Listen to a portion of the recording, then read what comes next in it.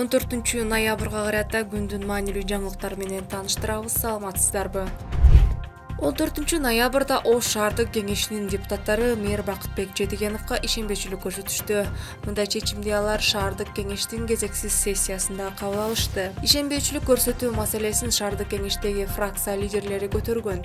Демилгени депутаттар колдоп, жабык добуш беришкен. Добуш берүүгө 45 депутаттын 42си катышып, алардын ичинен 38 депутат ишеним көрсөтпөөнү колдоду. Ал эми 3-өө чечимге каршы добуш берди. Ош шаардык мэриясынын басма сөз катчысы Жумамедин Сулайманкуловдун клубко берген маалыматына ылайык, депутаттар муниципалитет тарабынан шаардык кеңештин токтомдорунун 95% аткарылбай жатат деп эсептешет. Бирок мэрия тескерисинче шаардык кеңештин дээрлик бардык токтомдорун аткарганын айтууда. Эми чечимди президент кабыл алат. Жетигенов өзү аны отставкага кетирүүгө аракет кылган депутаттар жеке максаттарды көздөп жатканын айтат.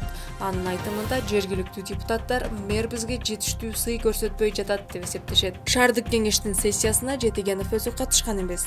Жергиликтүү мамлекеттик администрация жана жергиликтүү өз алдынча башкаруу органдары жөнүндө мыйзамга ылайык Ош шаарынын мэри шаардык кеңештин депутаттарынын жалпы санынын 3/2 ишеним көрсөтпөгөн учурда кызматынан алынышы мүмкүн.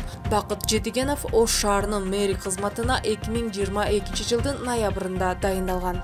Эгер бизди көрүп жаткан болсоңуз, лайк басууну унутпаңыз. Айчүрөк же болбосо Сум соода борборунун администрациясы эл аралык издөөгө алынган Анвар Габазов соода борборунун ээси эмес деп билдирди.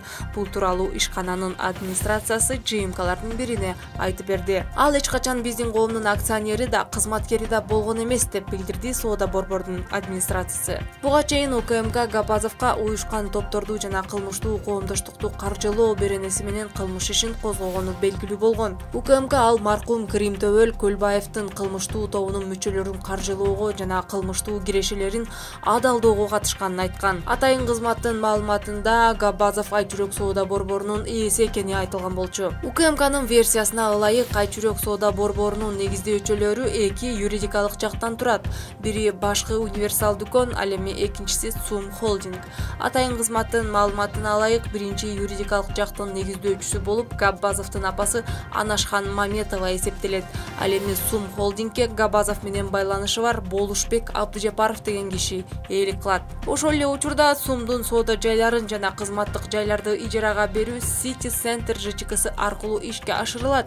Анын жалгыз негиздөөчүсү Габазовдун эжеси Хадия Ильшатовна Маметова болуп саналат деп билдиришти УКМКдан. Ошондой эле УКМК башкы универсал дүкөн компаниясынын жетекчиси Нурмамет Мухтаров Габазов жана анын бир тууганы жашаган дарек боюнча катталганын аныктаган. Демек Айчүрөктүн чыныгы ээси болуп Габазов Анвар Ильшатович саналат. Ал аталган мүлктү өзүнүн афирленген адамдарынын, анын ичинде жакын туугандарынын наамына каттаткан деп жыйынтыктады сөзүн атайын кызмат.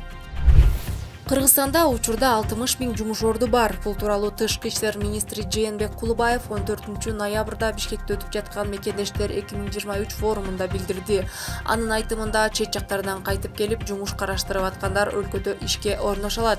Ал 2024 жылы Кытай, Кыргызстан, Өзбекстан темир жолунун курулушу башталарын, анын алкагында 10 000ден 30 000ге чейин жумуш орду түзүлөрүн билдирди. Ошондой эле анын айтымында Камбар Ата ГЭСинин курулушуна да жумушчулар керектелет. Ошол эле учурда кыргызстандык мигранттар Түштүк Корея, Жапония, Германия жана бир катар Европа өлкөлөрүнө жумушка жөнөтүлүп жатканын кошумчалады. Миграция дүйнөдө чоң процесс. Өнүккөн өлкөлөр да ушул процесстен өткөн. Жарандар чет өлкөлөргө чыгып иштеп, тажрыйба алып, ошол жактан үйрөнгөндөрүн өлкөгө кайтып келип, бул жака жайылса пайдалуу болот, деди министр. Ноябрдын башында эмгек министри Гүлнара Батырова акыркы 2 жылда өлкөдө жумушу жоктордун саны 7,7% кыскарганын, ал эми жумушсуздуктун расмий деңгээли 0,3%га азайганын билдирген. 2021 жылы бийлик өлкөнүн 2026 жылга чейинки өнүктүрүү программасы менен тааныштырган.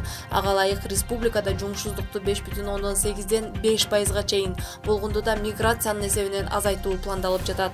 Күндүн маанилүү окуялары менен таанышып туруу үчүн бул коңгуроону басып, YouTube каналыбызга катталсаңыз болот.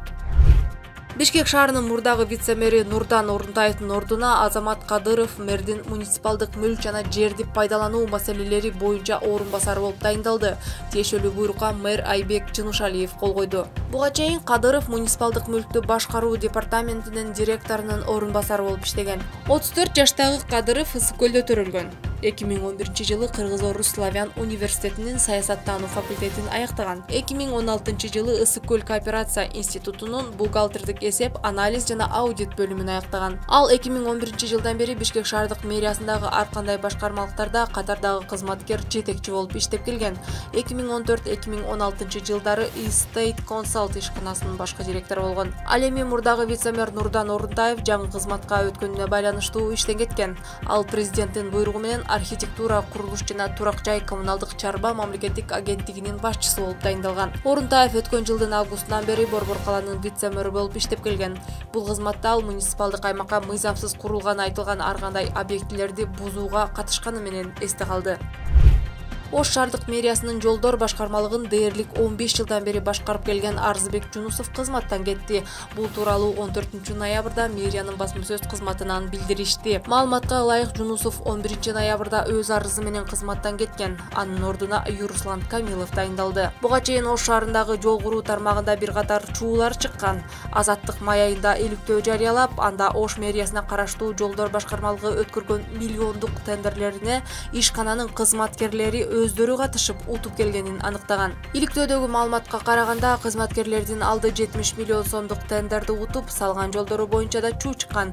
Ал эми муниципалдык ишкананын ошол кездеги жетекчиси Арзыбек Жунусов кызматкерлердин тендерге катышканын моюндап, бирок муну мыйзамдуу деп атаган. Мурдараак Ош шаардык кеңештин депутаты Медер Абдыманапов Оштогу борбордук көчөлөргө төшөлгөн тротуар 5 айга жетпей чөгүп, айрым жерлеринен чөбөсө баштаганын айтып чыккан.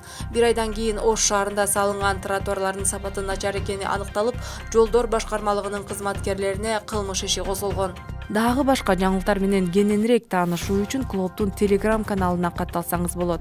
Шилтеме видеонун баяндоосунда. Кемпир-Абад иши боюнча айыпталып жаткан оппозициячыл саясатчы Равшан Жээнбеков 13 ноябрда абактан качылды. Анда ал президент Садыр Жапаров жана анын командасы акыркы 3 жылда Кыргызстанды авторитардык өлкөлөрдүн катарына киргизди деп жазды. Жээнбековго таандык делген Facebook барагына жарыяланган катта бийликтин кемчилигин айткан медиалар, журналисттер, активдүү жарандар жана саясатчылар куугунтукталып, камалып жатканы айтылат. Калпайтуу маалыматтарды бурмалоо, болбогон проекттерди жана көрсөткүчтөрдү көбүртүп жабыртып, элге таңуулоо мамлекеттин негизги официалдуу саясатына айланды. Фундаменталдуу келечекке негиз болчу бир дагы багытта азыркы бийликтин ийгиликтери дагы программасы дагы жок, деди Жээнбеков.